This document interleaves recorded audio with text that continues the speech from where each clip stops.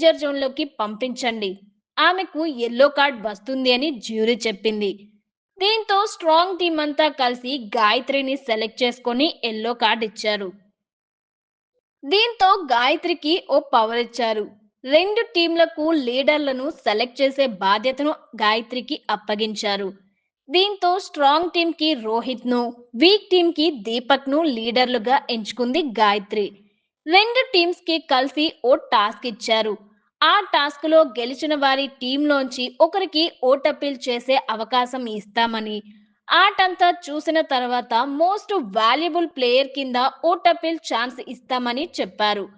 వెనక్కి తాడు కట్టేసి తాళం వేసి ఉంటుంది. కీ పట్టుకొని తాళం తీసుకొని టీం అంతా విడిపించుకొని ముందు బయటపడుతుందో ఆ టీం గెలిచినట్టని చెప్పారు. ఇక ఈ టాస్క్‌లో రోహిత్ తన టీం అందరితో కలిసి చర్చించాడు. ఓ స్ట్రాటజీ ప్రకారం ముందుకు వెళ్లారు. అయితే ఈ ఆటలో తాడుని చేత్తో పట్టుకోకూడదు, లాగొద్దు అని ముందే చెప్పారు. కానీ రోహిత్ మాత్రం వినలేదు. ఒక్కసారిగా అందర్నీ లాగేశారు. దాంతో అందరూ కింద పడిపోయారు. మధ్యలో సృష్టికి దొరికిన కీ మిస్ అయింది. దీంతో మళ్ళీ ఆటను ఫస్ట్ నుంచి స్టార్ట్ చేశారు. రూల్స్ మళ్ళీ చెప్పారు. చివరకు సృష్టి తన కీ తెచ్చుకుంది. అలా ఈ ఆటలో రోహిత్ స్ట్రాంగ్ టీం విన్ అయింది. అయితే ఓట్ అప్పీల్ కోసం సృష్టిని ఎంచుకున్నాడు రోహిత్.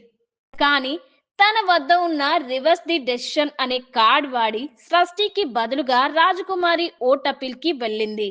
ఇక మోస్ట్ వాల్యుబుల్ ప్లేయర్ గా జ్యూరీ అంతా కలిసి సృష్టిని ఎంచుకుంది.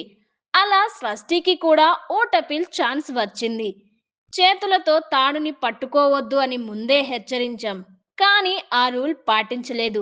అందుకే ఈ యెల్లో కార్డ్‌ని రోహిత్‌కి ఇస్తున్నామని జ్యూరీ చెప్పింది. అలా రాజకుమారి సృష్టి ఓట్ అప్పీల్‌కి వెళ్తే రోహిత్, గాయత్రి డేంజర్ జోన్‌లోకి వెళ్లారు. ఇలా నేటి ఎపిసోడ్ పూర్తయింది.